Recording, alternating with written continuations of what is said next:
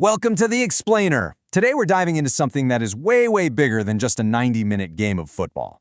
We are tracking the top 20 most explosive, historically rich derbies on the planet to figure out the absolute DNA of a rivalry.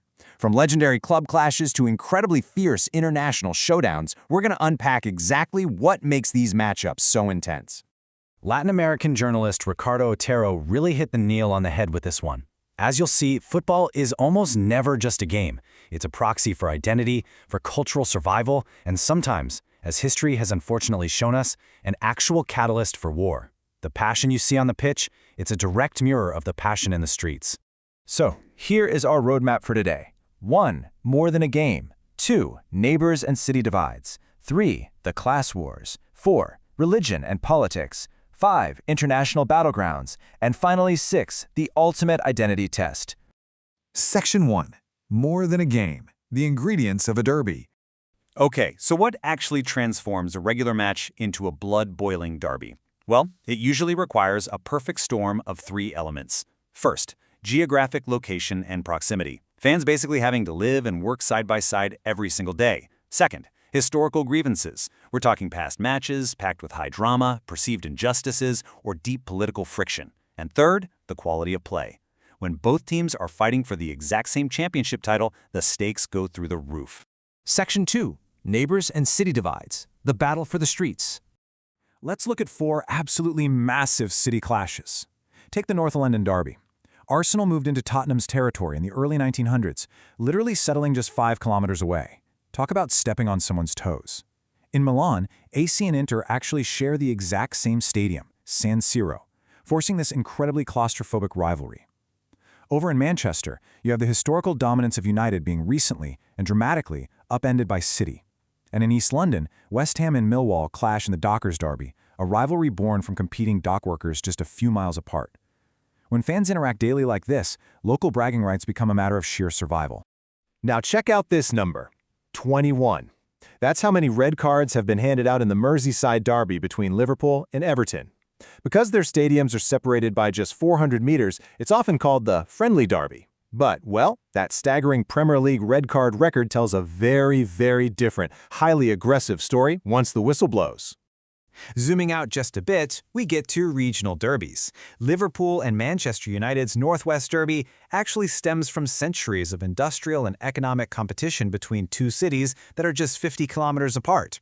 Over in Germany, their Klassiker between Bayern Munich and Borussia Dortmund is fueled purely by fierce title contention. And then you have Istanbul's Intercontinental Derby. Fenerbahce and Galatasaray aren't just from different parts of the same city, they literally represent 2 different continents. Asia and Europe colliding head-on right there on the pitch.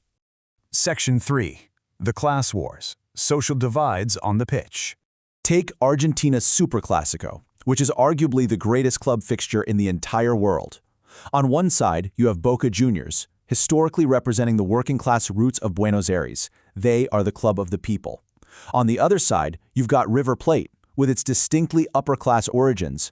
This socioeconomic divide created a rivalry so intense that during a 2015 match, a fan actually attacked players with pepper spray. It's a pure, unadulterated clash of social identities. And we see this exact same class dynamic echoing globally. In Greece, Olympiakos represents the working-class port of Piraeus, going up against Panathinaikos from the much wealthier capital of Athens. Down in Uruguay, Peñarol started out as a club for English railway workers while Nacional was formed specifically for native Uruguayans. But honestly, the most mind-blowing anecdote comes from Rosario, Argentina. Back in the 1920s, a charity match was organized for a leprosy hospital. Newell's Old Boys accepted the invite, earning the nickname the Lepers. Rosario Central refused, earning the nickname the Swine. And the wildest part, they actually use those names with fierce pride to this very day. You can't make this stuff up. Section 4. Religion and Politics. Ideology in cleats. Now, Glasgow's Old Firm Derby is, well, it's arguably the most heavily charged fixture in the world. Celtic was founded with really strong ties to the Catholic, Irish Scots, and Republican communities. Rangers, meanwhile, has deep roots in the Protestant, Ulster Scots, and Unionist communities. So this isn't just about scoring goals. It's deeply steeped in the politics of Northern Ireland and historical sectarianism. While this derby brings hundreds of millions of dollars into the Scottish economy, it also has a heavily documented history of stadium disorder directly tied to those religious and political lines. Similarly, over in Spain, El Clásico operates as this massive historical proxy for political ideology.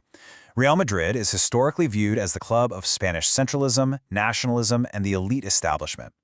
FC Barcelona, on the flip side, is the beating heart of Catalan identity and regional pride. When these two superclubs meet, you are literally watching centuries of political and cultural friction play out on the grass. And we see these ideological fault lines everywhere. In the Madrid derby, Atletico historically represented the working class, pushing back against Real Madrid's elite Franco-Allied history. In Serbia, the eternal derby between Red Star and Partizan reflects these incredibly deep, complex social divides that often manifest in massive, fiery stadium displays. And in the Netherlands, the Clásico between Ajax and Feyenoord is just a pure cultural clash between the cosmopolitan identity of Amsterdam and the hardworking, gritty industrial culture of Rotterdam. The stands literally transform into parliaments of public opinion. Section 5. International Battlegrounds, Nations at War. When you move to the international stage, geopolitics literally turn these matches into proxy wars. Argentina and Brazil fight tooth and nail for South American supremacy, which famously peaked with the 1990 holy water scandal, where Argentina allegedly spiked the Brazilians' water bottles. Then you have Serbia and Croatia, where their rare matches are entirely overshadowed by the hostile geopolitical breakup of Yugoslavia. And of course, England versus Germany is forever colored by the history of World War II, which has played out in crazy, dramatic World Cup clashes like the 1966 final and those infamous 1990 penalty shootouts. But if you want to truly understand the sheer power of international football, just look at this timeline from 1969. El Salvador and Honduras were playing qualification matches for the 1970 World Cup. Existing political tensions between the two were already high, and extreme violence marred the home games. When El Salvador won a neutral playoff in Mexico, diplomatic ties were completely severed. Within weeks, the two nations were actually engaged in a real military conflict, known as the Football War. The beautiful game was the absolute spark for a deeply tragic historical event. Dutch player Wil van Hanegem perfectly captured this kind of bitter, historical trauma regarding Germany. As he said, his desire wasn't just to win a game, it was for on-pitch revenge for the occupation of his country during the Second World War. For 90 minutes, playing football was a means of reclaiming national pride. Consider this staggering number for a second. 15,000. That's the number of policemen that had to be deployed to keep the peace during a 2009 World Cup qualifying match between Egypt and Algeria. The hostility between these two nations was so fierce, tracing all the way back to a really violent 1989 qualifier where an Egyptian team doctor actually lost his sight, that it required a literal small army just to let a football match happen safely. Section 6. The Ultimate Identity Test, Society's Mirror. So, what does this all mean? Well, we find this fascinating dual nature. On one hand, these rivalries promote immense community cohesion, a sense of belonging, and a shared identity. They also generate billion-dollar regional economies through tourism and broadcasting. But on the exact same token, they can fuel violence, sectarianism, and intolerance. They can perpetuate really deep social stereotypes, or, conversely, they can champion incredible social activism, kind of like the countercultural movements we see in clubs like St. Pauli in Germany. The main takeaway from sociologists here is that football possesses what they call symbolic power. It isn't just a leisure activity. It actively operates as an ideological institution.